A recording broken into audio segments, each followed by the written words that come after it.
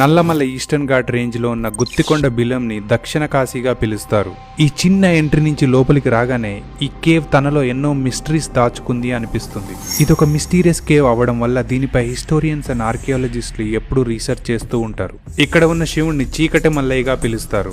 ఒకప్పుడు ఇక్కడ మూచుకుందుడు అనే మహర్షి తపస్సు చేసుకునేవాడని, ఇంకా ఎంతో మంది ఋషులు ధ్యానం చేసుకునేవారని చెప్తుంటారు. పల్నాటి యుద్ధం తర్వాత బ్రహ్మనాయుడు తన చివరి రోజులు ఇక్కడే గడిపారని చెప్తుంటారు.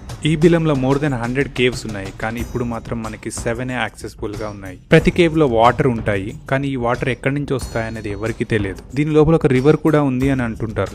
ఈ కేవ్స్ నుంచి ఎన్నో పుణ్యక్షేత్రాలకి దారుందని నమ్ముతారు. ఎప్పుడైనా వీకెండ్ లో మిస్టరీస్ ఉన్న హోలీ ప్లేస్ ని ఎక్స్ప్లోర్ చేయాలంటే this is the right one. ఈ ప్లేస్ హైదరాబాద్ నుంచి 200 కిలోమీటర్స్, ఇంకా గుంటూరు నుంచి 80 కిలోమీటర్స్ వస్తుంది. సో ఇలాంటి ప్లేసెస్ మీరు విజిట్ చేసి పొల్యూట్ చేయకుండా టెంపుల్ డెవలప్మెంట్ కి కాంట్రిబ్యూట్ చేయండి. సో ఇంకెందుకు లేట్, మీ ఫ్రెండ్స్ అండ్ ఫ్యామిలీకి షేర్ చేసి ప్లాన్ చేయండి.